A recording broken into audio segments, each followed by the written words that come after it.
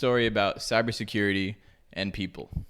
So I was working as a subcontractor for one of the biggest banks in Europe as a developer, right? So a subcontractor relationship, it's not a trusted relationship. This is a bank. It's a big bank. They have important data, but they want to hire someone else to do something. So they say, okay, you can work on this application for us, but you can't know anything about our systems. We don't trust you. They will give you like a laptop, and it's from them, and it's approved by them, and it has only software that their security team is approved for developers. And if you want to install like a library that you're used to using in like PyCharm, for example, forget about it. Only the approved software. So it ends up, even just to log into the laptop, you need a one-time password. It's no joke. It's secure. But it's so secure that you can't get anything done on these laptops.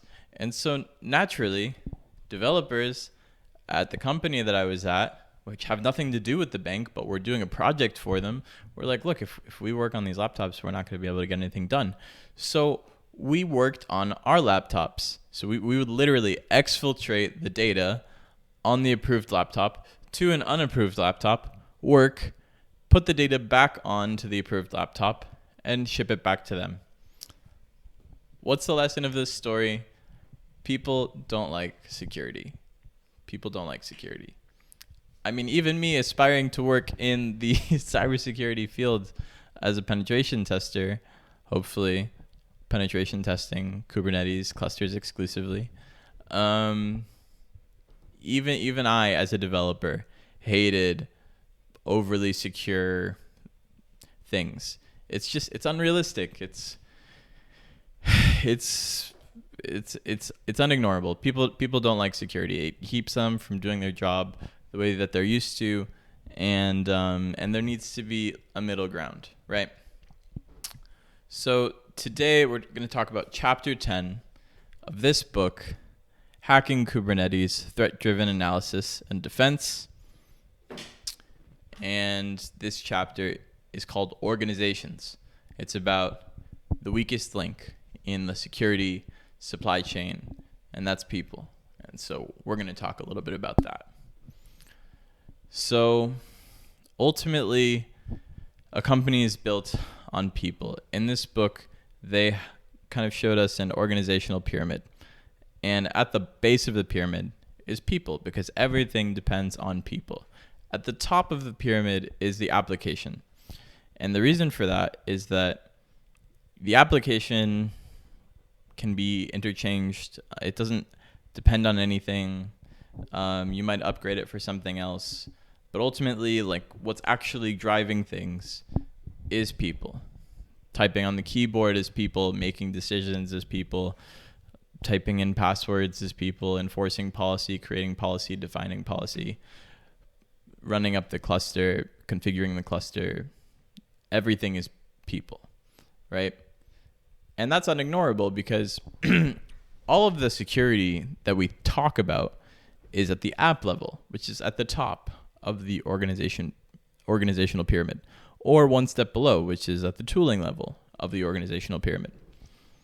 But if we're going to go to a lower level of, how things actually get done, it's always people.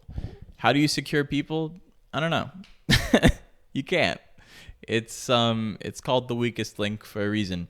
And it's kind of this elephant in the room, because it's like we spend so much time, almost 250 pages of this book, just talking about how to secure systems.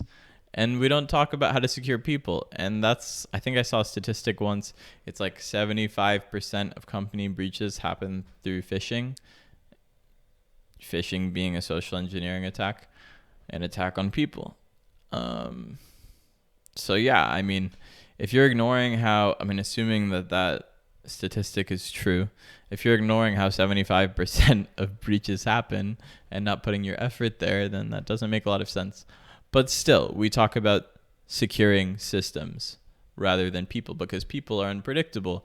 I mean, ultimately, at the end of the day, it's like it's easier to configure systems because they'll obey the configurations you set if you set them well, than try to instill a culture of security within a company. Ultimately, that's what people want. They want a culture of security. They want people to be aware of phishing emails, and there's trainings around this, and there's a push for it, but at the end of the day, like, you really just need it to work once. An attacker just really needs it to work with one person. So a skilled attacker will usually, with a well-crafted spear phishing email, probably be able to get you to click the link that you're not supposed to click. This chapter also goes on to talk about organizational security at a higher level. So specifically in relation to Kubernetes, you have the option of deploying on premises or having a cloud deployment. Now, I think a lot of companies actually have a mix of these two options, because, cloud deployments, like if you do everything with public cloud providers in managed Kubernetes, then it's expensive, right? And also vendor lock-in is a thing. But then if you do everything on-prem, that's dangerous. A hurricane comes, knocks out your power, and all of a sudden your company can't generate profits. That's dangerous, scary. So I'm not really going to go into on-prem versus cloud too much. I do that more in the article, but I just wanted to talk about people and organizations and cybersecurity. And that's it, guys. This was chapter 10 of this book, Hacking Kubernetes, Threat-Driven Analysis and Defense. 10 chapters, 250 something pages. This book has been long. Have you ever read an O'Reilly book cover to cover? It's kind of a first for me. I think most people don't, to be fair. But it's been great. I've learned a lot, and I highly recommend it.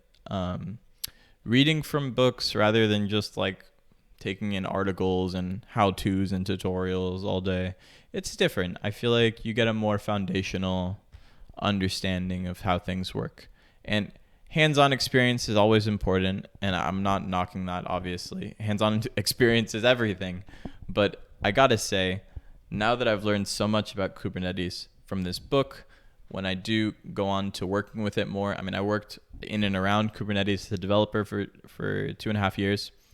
But now that I'll work penetration testing Kubernetes, having this foundation is everything to me. It's going to be so much different. Thanks for checking this out. I don't know.